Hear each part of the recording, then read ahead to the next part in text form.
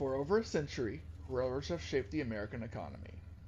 But while the Golden Age gave us dozens of competing railroads, today we are down to just a handful of Class 1 giants. And every time two of them talk about merging, the entire industry holds its breath. Today we are breaking down the real pros and cons of railroad mergers, and we'll spend a focus segment on the proposed Union Pacific Norfolk Southern merger. Before we get into it, subscribe and hit that bell, and smash that like button down below if you enjoy.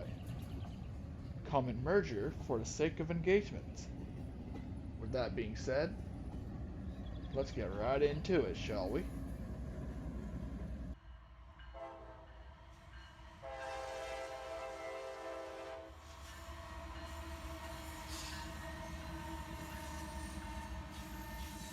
When two railroads merge, their networks combine into a larger, more seamless system. For example, imagine connecting the western dominance of Union Pacific with the eastern reach of Norfolk Southern. Suddenly, you've created single line service across most of the country. No handoffs, fewer delays, and simplified logistics. For shippers, that can mean faster transit times, fewer interchange bottlenecks, and one contract instead of two. Now that's operational efficiency on a massive scale. Mergers eliminate duplicate management structures, yards, dispatch centers, and maintenance facilities as well. Now that consolidation can save billions over time. Investors love this, and in theory, those savings should be reinvested into infrastructure upgrades, modern locomotives, and technological improvements. Now, rail competes heavily with trucking. A merged megasystem can offer longer haul single line routes, improve intermodal efficiency, and negotiate better contracts. With companies like J.B. Hunt Transport Services dominating intermodal logistics, railroads argue that scale is necessary.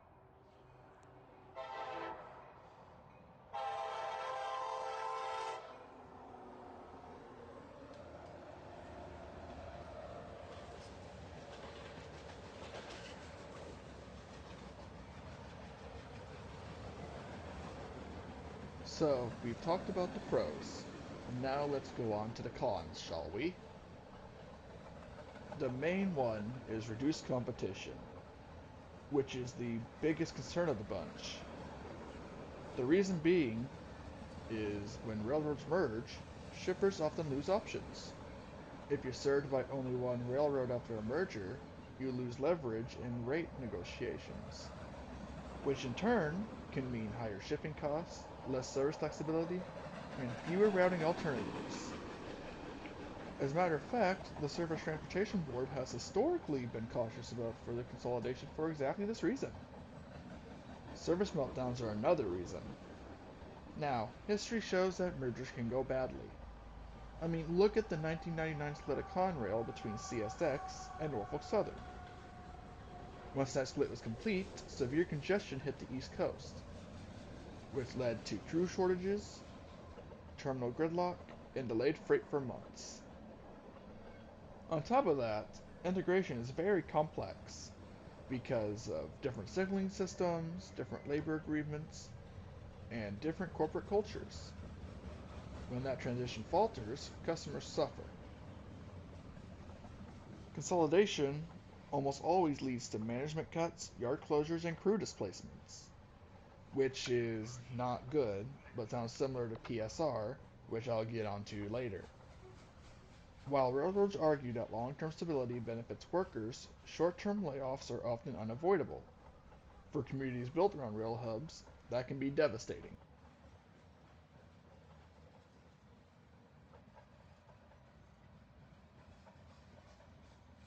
We've talked about the pros and we've talked about the cons. Now let's talk about an example of both sides.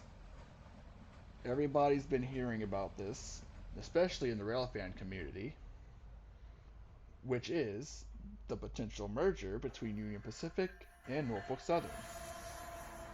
Now, if the Surface Transportation Board actually approved this, then it would create the first true transcontinental railroad in the modern regulatory era, which, in other words, or layman's terms, if you will, a single company stretching from the West Coast ports all the way through the industrial Midwest and into the Southeast.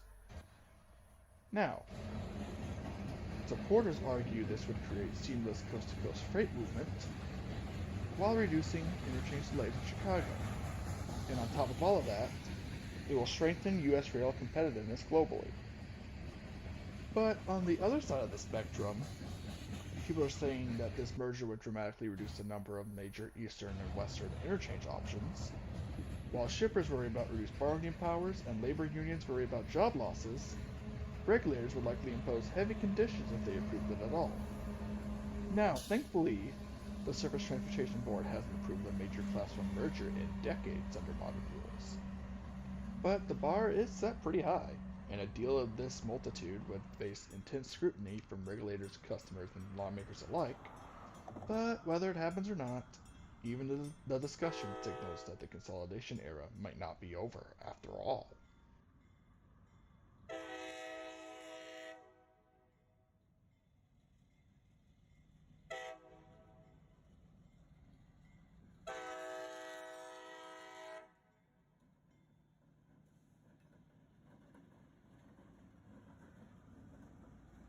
We've talked about the pros, we've talked about the cons, and we've talked about a big example.